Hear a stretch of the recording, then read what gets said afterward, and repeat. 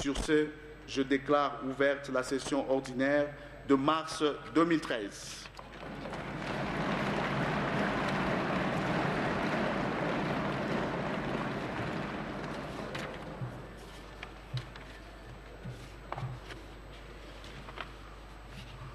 Après ce mot,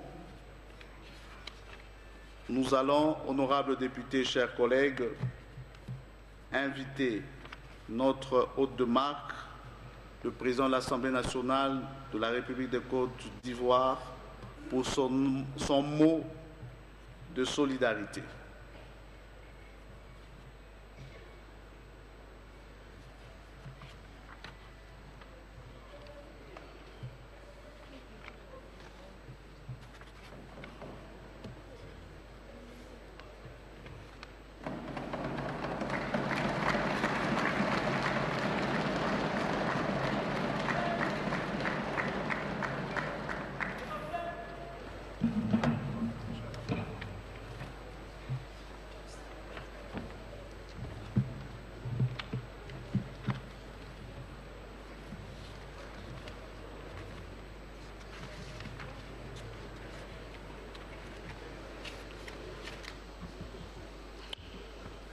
Honorable Président de l'Assemblée nationale de la République démocratique du Congo, Honorable Président du Sénat, Monsieur le Premier ministre, chef du gouvernement, Monsieur le Premier Président de la Cour suprême de justice, Monsieur le procureur général de la République, honorables membres des bureaux de l'Assemblée nationale et du Sénat, honorables députés et sénateurs, chers collègues, Mesdames et Messieurs les membres du gouvernement, Monsieur le directeur de cabinet du chef de l'État, Excellences, Mesdames et Messieurs les ambassadeurs et chefs de mission diplomatique, Mesdames et Messieurs les représentants des organisations internationales, Messieurs les membres du bureau de l'Assemblée provinciale de Kinshasa, Monsieur le gouverneur de la ville de Kinshasa, Mesdames, Mesdemoiselles et Messieurs. Ce vendredi 15 mars 2013, me voici à Kinshasa, en République démocratique du Congo. Me voici donc aujourd'hui dans ce prestigieux palais du peuple congolais, votre maison de verre, ce lieu qui symbolise pour vous le rassemblement de toutes les forces vives de la nation. Ce moment, évidemment, est historique. En effet, depuis nos indépendances, en 1960, de mémoire de parlementaires, c'est la toute première fois que nos deux institutions se retrouvent dans un élan de fraternité et d'amitié sur cette terre du Congo où tous les grands rêves d'humanité de l'Afrique ont sans cesse été formulés et fertilisés. Avant d'aller plus loin dans mon propos, permettez-moi, au nom de la représentation nationale ivoirienne, de vous adresser, chers collègues, mes chaleureuses salutations.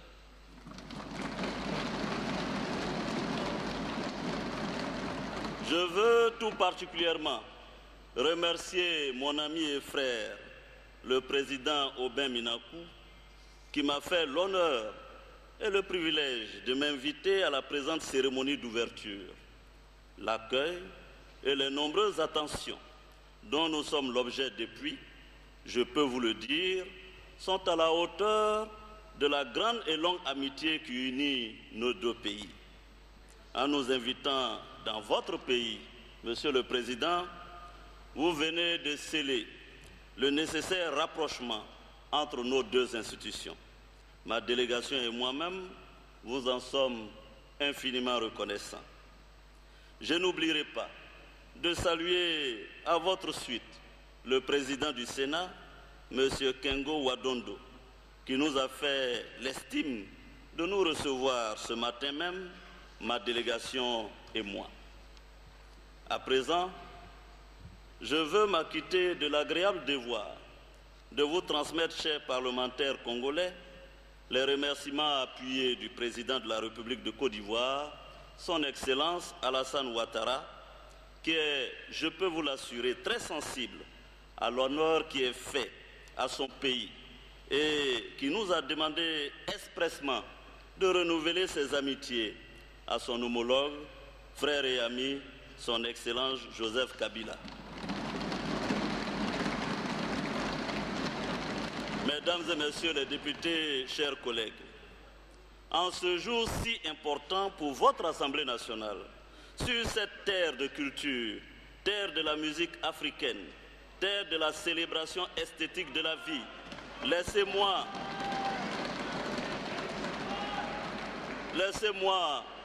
débuter mon propos par de belles notes. Que dis-je? Par des notes adoucissantes. L'art musical congolais est aujourd'hui de renommée mondiale. Quel Africain n'a-t-il pas dans sa tendre jeunesse été bercé par les sons plaisants de la rumba congolaise?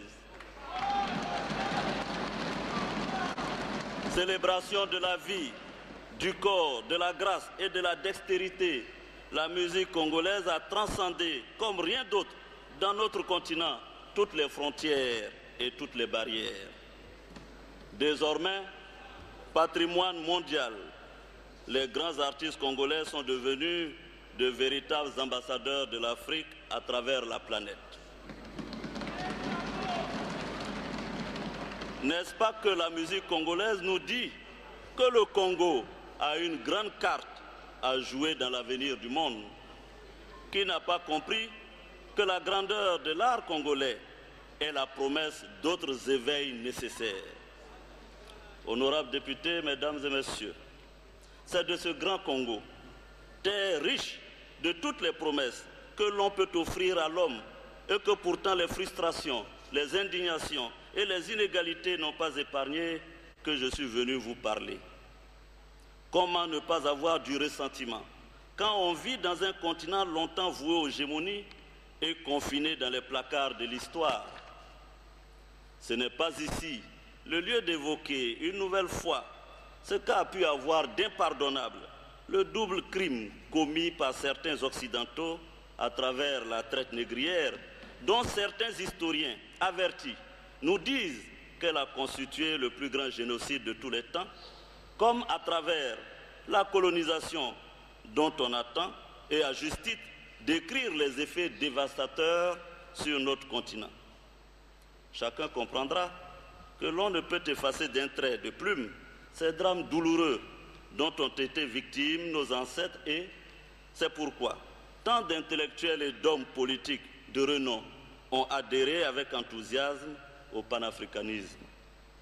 Le thème panafricaniste, affirmation solennelle que l'Africain est du monde comme tous les humains, s'éveilla au cœur des diasporas noires des Antilles, des Amériques et d'Europe, comme la prise de conscience d'un refus d'humanité qu'il fallait combler par l'affirmation de la dignité de l'homme noir, qu'il fût d'Afrique ou des diasporas, en vertu de sa sensibilité, de son imagination créatrice, de son intelligence avérée et de son farouche désir de réaliser sa liberté dans des sociétés émancipées de la haine de l'autre homme.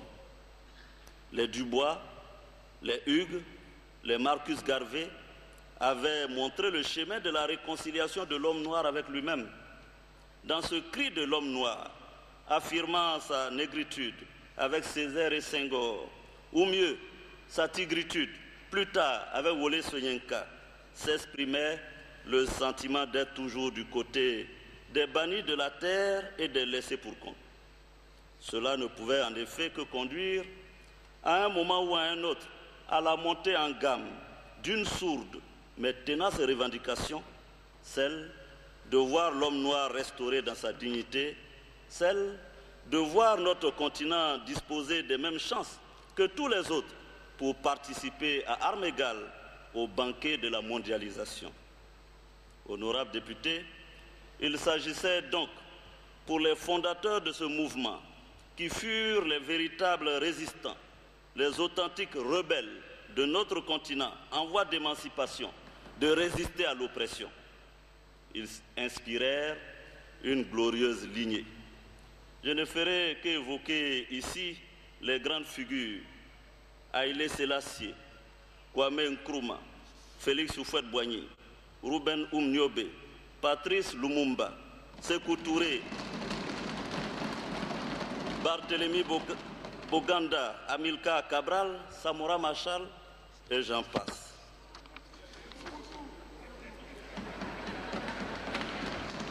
Qui, chacun, avec son style particulier et les moyens dont il disposait à l'époque, se sont inscrits dans cette dynamique historique.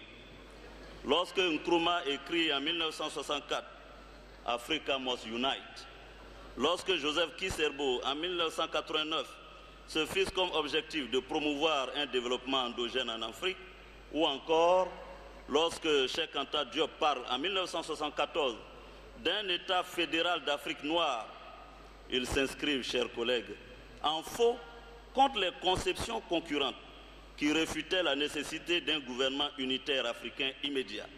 D'autres, tels que Senghor ou Fouet, prônaient une intégration économique et sociale, préalable à l'intégration politique progressive et maîtrisée du continent africain. En fait, l'idéologie panafricaniste est loin d'avoir fait à ce jour, dans les textes même de ses premiers promoteurs, comme dans leur pratique, l'unanimité intellectuelle et historique. Au panafricanisme révolutionnaire des marxistes-léninistes africains, au panafricanisme traditionnaliste des défenseurs de l'authenticité nègre, répondait le panafricanisme républicain des libéraux, sans oublier le panafricanisme démocratique des sociaux-démocrates. Certains surfaient, du reste allègrement et inconsciemment, entre ces différentes variantes, sans la moindre conscience de ce désir sans cesse. Ce que je soulignerai, chers collègues, et avec insistance, c'est à quel point l'engagement de tous ces précurseurs a contribué à faire naître un processus de promotion de l'Afrique et nous a permis d'être un continent à part entière au lieu d'être un continent entièrement à part, ravalé à un rôle subalterne de fournisseur gracieux et bénévole de ressources naturelles et de main-d'œuvre à bon marché. Chers collègues, il nous incombe de leur être reconnaissants pour nous avoir permis, à travers les revendications contestataires et les prises de position révolutionnaires, dont ils étaient coutumiers d'imposer peu à peu l'idéal du panafricanisme, conçu comme un mouvement destiné à unifier l'Afrique et à encourager un sentiment de solidarité entre les Africains. Monsieur le Président, honorables collègues députés, si vous me le permettez, je voudrais, sur cette question du panafricanisme, vous livrer le fond de ma pensée. J'ai en effet le sentiment que ce thème recouvre des aspects parfois contradictoires et qu'il mérite d'être clarifié si l'on veut lever toutes les ambiguïtés.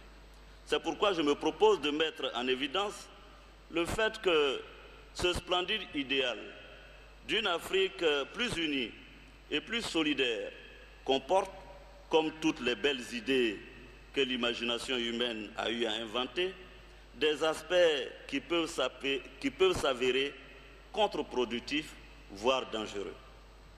Il peut en effet s'inspirer de deux conceptions opposées de notre rapport au passé.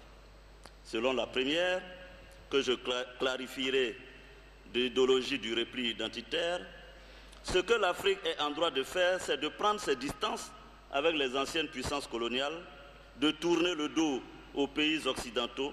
C'est un panafricanisme dogmatique qui préconise le repli défensif des Africains sur leurs identités closes comme panacée au traumatisme du passé.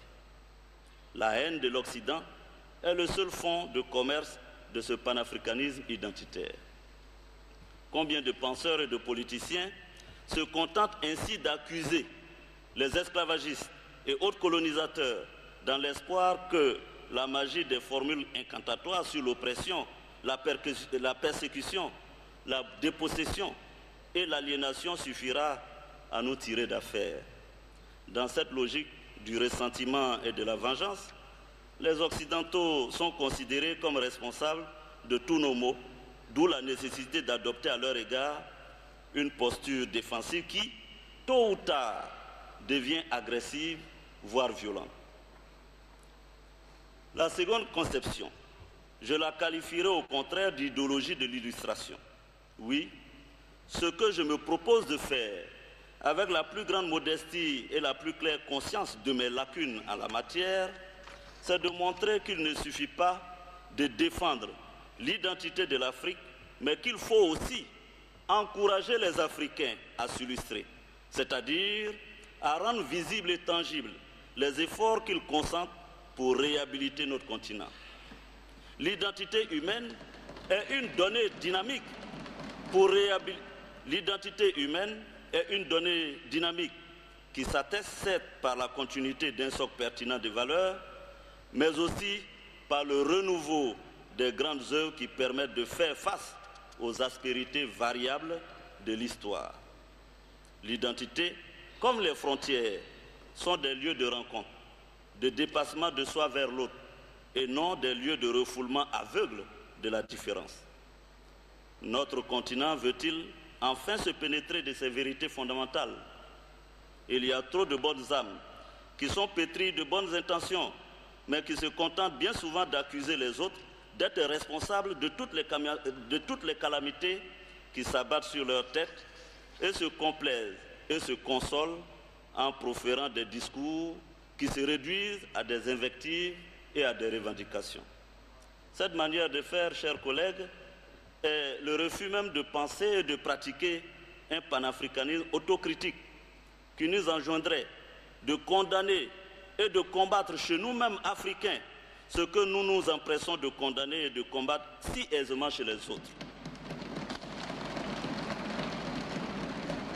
L'absence d'une vision panafricaine autocritique lucide et féconde, en quête de solutions modernes à nos problèmes, voilà le lit préféré de la haine de la démocratie à travers tout le continent. Pis encore, le panafricanisme dogmatique est la démocratie en la qualifiant d'escroquerie occidentale exportée par les ex-colons pour détruire les peuples africains par le parlementarisme, les élections piégées, l'alternance démocratique et la défense des droits humains. Chers collègues, rien que cela, au nom du panafricanisme, on a hélas voulu déguiser le refus inavoué du pluralisme politique dans une conception dite de la démocratie populaire qui n'était ni plus ni moins que le retour à la dictature du parti unique par les débordements du populisme. Cette démarche malheureuse éloigne, hélas, l'Afrique des enjeux réels de la marche du monde. Ce qui me gêne dans cette attitude, je vous le dis franchement, ce n'est pas seulement le fait qu'elle soit fallacieuse et paresseuse. Qu'elle soit paresseuse, car le peuple noir se trouve en quelque sorte dispensé d'avoir à faire ses preuves et à y mettre du sien, puisqu'il n'est pas le coupable, mais la victime. Qu'elle soit fallacieuse, car il est clair que, dans tout drame historique, ceux qui se proclament souvent victimes ont malheureusement tendance à oublier leur propre part de responsabilité. Chers collègues, non, ce qui me gêne encore bien davantage, c'est le fait que l'idéologie du panafricanisme dogmatique recèle de redoutables et inquiétants présupposés. Ainsi, la belle idée d'un rassemblement des différents pays d'Afrique en une entité unie et solidaire, destinée à mettre fin à l'oppression dont leurs populations ont été trop longtemps les victimes, fait-elle place à une forme d'exclusion et d'apartheid inversée? Me référant donc à ce que j'ai nommé l'idéologie de l'illustration, je voudrais à présent partager avec vous, non pas en donneur de leçons, l'expérience ivoirienne. Si je me penche à nouveau sur ce tragique épisode de l'histoire de mon pays, la Côte d'Ivoire, ce n'est pas de gaieté de cœur, croyez-le bien, mais par obligation. Tant la crise ivoirienne nous donne l'exemple de ce qu'il ne faut surtout pas faire. C'est pour moi une obligation que de dire et de redire à tous mes interlocuteurs, faites ce qui vous paraît bien, mais de grâce, ne faites pas comme certains d'entre nous. En quelques mots, voici en effet comment les choses se sont passées dans mon pays. Nommé Premier ministre dans le cadre de l'accord politique de Ouagadougou, j'ai consacré toute mon énergie de 2007 à 2010 à finaliser le processus complexe de l'identification biométrique de la population.